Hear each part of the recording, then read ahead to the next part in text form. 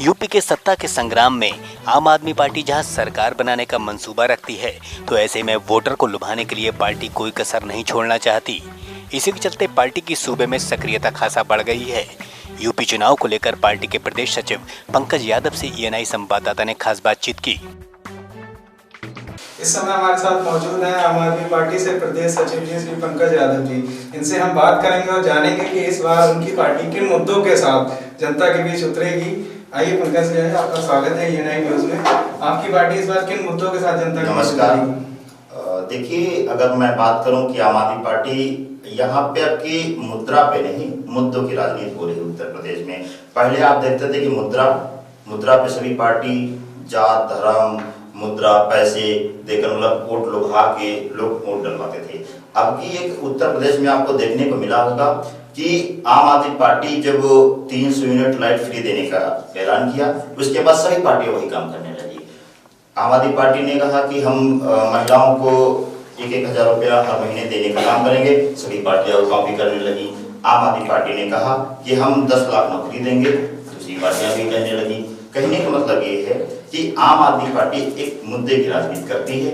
आम आदमी पार्टी एक ऐसी पार्टी है जिसमें न जात है, न पात है, न भेद है, न भाव है, न ऊंच है, न नीच है, न गरीब है, न अमीर है, न छोटा है, न बड़ा है, सबकी पार्टी।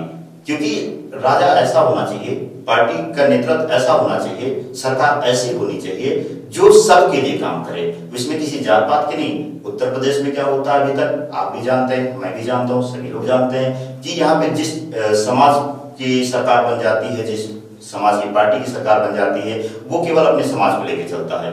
आम आदमी पार्टी दिल्ली में सरकार है, हमने सभी जाति धर्म के लोगों के लिए काम किया। अगर मान लीजिए कि किसी भी परिवार की माँ बहन बेटी बस में जाती है तो उनका सबका किराया माफ है। हमने लाइट देने का काम किया तो सबके परिवार में, चाहे वो किसी भी जाति का हो, किसी भी धर्म का हो, हमने चाहे वो छोटा हो, बड़ा हो, अमीर हो, गरीब हो, हमने सबको बराबर 200 यूनिट लाइट फ्री करने का काम किया। 200 के ऊपर 400 तक आधे दाम पे देने का काम किया है।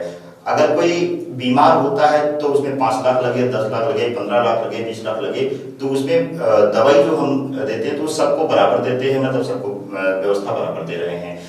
जांच अगर हो रही है तो जांच भी फ्री हो। यहाँ उत्तर प्रदेश में क्या हो रहा है, अगर आपका जुगाड़ हो तो दवाई होगी, ऑपरेशन होगा, नहीं तो आपको प्राइवेट कराना पड़ेगा।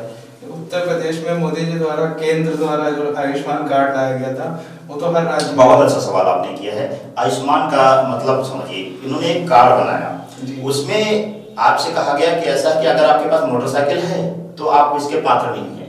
उस आयुष्मान कार्ड में कहा गया कि अगर आपने कैसे मेहनत करके एक कमरा बना लिया, मकान बना लिया, तो आप उसके पात्र नहीं हैं। आयुष्मान में ये कहा गया कि आपके पास अगर टीवी है तो आप उसके पात्र नहीं हैं। आयुष्मान में ये कहा गया कि आपके पास अगर मोबाइल है तो आप अमीर हैं, आप उसके पात्र नहीं हैं। आम आदमी पार्टी ये कार्ड वाला खेल नहीं खेलती। आम आदमी पार्टी कहती है, अरविंद केजरीवाल जी कहते हैं, सांसद संजय सिंह जी कहते हैं कि अगर कोई बीमार है तो उसकी दवाई होनी चाहिए। अच्छा, दिल्ली मॉडल यहाँ यूपी में सफल हो पाएगा? बिल्कुल सफल होगा, क्योंकि यहाँ पे लोग बहुत पसंद कर रहे हैं, क्योंकि लोगों को व्यवस्था चाहिए। अभी तक जितनी भी पार्टियां रही हैं वो सभी पार्टियां बारी बारी से जनता को ठगने का काम किया है। कैसे ठगा है? मान लीजिए हम जो व्यवस्था दिल्ली में दे सकते हैं वो व्यवस्था उत्तर प्रदेश के लोग नहीं दे सकते। क्यों नहीं दे सकते? क्यों पार्टी नहीं दे सकते? दिल्ली में जब हमारी सरकार नहीं थी, कांग्रेस की सरकार थी, पहले और सरकारें थे, तो वो कहते थे भैया लाइट फ्री नहीं हो सकती, वो कहते थे भैया महिलाओं के लिए यात्रा फ्री नहीं हो सकती, वो कहते थे पानी घर में फ्री नहीं हो सकता है, वो कहते थे आज स्कूल की तो सुधार नहीं सकते हैं।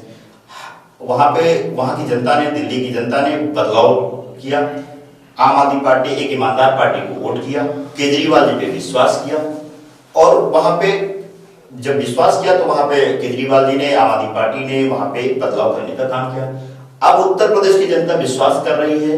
2022 में आम आदमी पार्टी को पूर्ण बहुमत से सरकार बना रही है। जब 2022 में हमें पूर्ण बहुमत से मौका मिलेगा, हम जनता के लिए जो वादे कर रहे हैं, जो गारंटी दे रहे हैं, वो हम यहाँ पे पूरा करने का काम करेंगे। एक बार मैं आ जाऊंगा, उसके बाद इतने काम करूंगा कि जनता दोबारा इन सबको बहुत पीछे कर देगी। रोजगार है नहीं आपका, रोजगार सारा आपने खत्म कर दिया है। यहाँ की जो सरकारें नहीं, वो चाहते हैं कि लोग जब बेरोजगार रहेंगे, लोगों के पास काम नहीं होंगे, तो उनकी रेडियो में जिंदाबाद जिंदाबाद का नारा लगाएंगे, उनके उनके पास जाएंगे। आम आदमी पार्टी ऐसा नहीं चाहती है। आम आदमी पार्टी रोजगार पे काम करेगी, नवयुवकता की आगे तरक्की करे, उनके पास एक रोजगार हो। उनको जब तक रोजगार हम नहीं दे पाएंगे तब तक 5,000 रुपया बेरोजगारी भत्ता देने का काम करेंगे। 2014 में सरकार बनी, 2016 में नोटबंदी हुई। नोटबंदी इन्होंने नोटबंदी किया। नोटबंदी में किसका फायदा हुआ? इन्होंने बड़े बड़े व्यापारी, बड़े बड़े नेताओं का फायदा हुआ। जनता का क्या फायदा हुआ? जनता के पास जो पैसा वो लाइन पे लगे रहे, 2-2 हजार रुपया जमा करने के लिए लाइन पे लगे रहे। हजारों की संख्या में तो लोग एक्सपायर हो गए लाइन पे लगे, ये आप भी जानते हैं। उसके बाद इन्होंने लेके ये क्या आते हैं, जीएसटी आज तक लोगों को समझ में नहीं आई है। अब मान लीजिए कि आप छोटा सा एक छोटी सी दुकान खोल लीजिए, छोटा सा व्यापार आप चला लीजिए, तो उसमें होता क्या है कि जिस 500 रुपया हर महीने आपको रिटर्न भरने, मतलब ये सीए को देना पड़ेगा। तो यानी कि छोटे व्यापारी का 6,000 रुपया एक साल का खर्च पड़ गया। दूसरी चीज, इस देश का नवयुवक, इस देश के किसान, बेरोजगार लोग, इनसे सवाल ना करें। ये फिर लेके आते हैं एनआरसी, सीए, क्यों?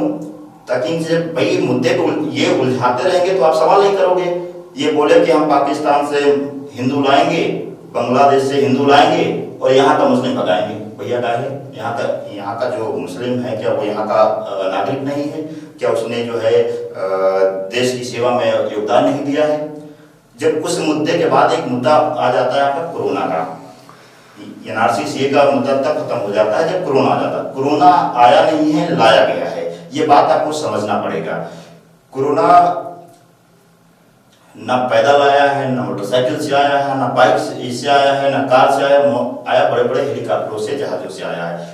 अगर जब पहला केस भारत में आया था, उस समय अगर एयरपोर्ट पे जितने भी इंटरनेशनल एयरपोर्ट आपके पास 25 से 27 एयरपोर्ट हैं, अगर वहां पे अच्छे से जांच हो जाती तो पूरे देश में ये महामारी नहीं फैलती। मैं आपको एक छोटी सी उदाहरण देता हूँ। जैसे कि आपके घर पे 1 क्विंटल सपोज करिए कि गेहूं का बोरा रखा हुआ, उसमें 100 ग्राम लाही डाल दीजिए, उसके बाद आप कहेंगे बिना चलना के आप उसको निकालिए, तो आप नहीं निकाल पाएंगे।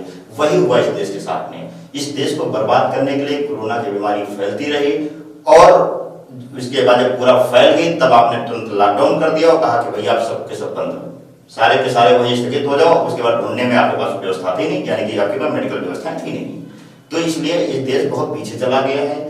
अब इसको आने के लिए जब तक भाजपा साफ नहीं होगी तब तक देश आगे नहीं आ पाएगा। इसलिए मेरी गुजारिश है, और अब की उत्तर प्रदेश का युवा, अन्य देश का युवा, देश के किसान अब की भाजपा को साफ करने के लिए आम आदमी पार्टी का दाम दिन पे दिन बढ़ा रहे हैं और आम आदमी पार्टी का झाड़ू पकड़ के और केजरीवाल जी के नेतृत्व में, अब की यहाँ वो सांसद संजय सिंह जी के नेतृत्व में उत्तर प्रदेश से भाजपा को साफ करेंगे। कितनी सीटों की दावेदारी हो रही है इस बार आम आदमी पार्टी? 403 सीटें पूरी हम लोग लड़ रहे हैं और पूरे 403 में से मैं आपको बता दूं कि हम लोग अपनी सरकार 2022 में सरकार बना रहे हैं पूर्ण बहुमत के साथ। बिल्कुल पूर्ण बहुमत के साथ में, क्योंकि सबको इनको बार बार देखा है। हाथी पंजा साइकिल फूल वालों ने जिस तरीके से लूटा है, अब वो जनता गुमराह होने वाले नहीं है, क्योंकि जनता सब जानते हैं कि ये तो वही वाले हैं, वे बार बार झूठ बोलेंगे, ये बार बार वही लोग आएंगे। लेकिन आम आदमी पार्टी एक बार आएगी, आम आदमी पार्टी जो कहती है वो करके दिखाती है, सबको विश्वास है। इसलिए आपकी झाड़ू से इनकी सभी सफाई तय है। तो ये थे हमारे साथ पंकज यादव जी, आम आदमी पार्टी से प्रदेश सचिव हैं। हमने इनसे जाना कि किन मुद्दों को लेकर इस बार आम आदमी पार्टी जनता के बीच उतरी।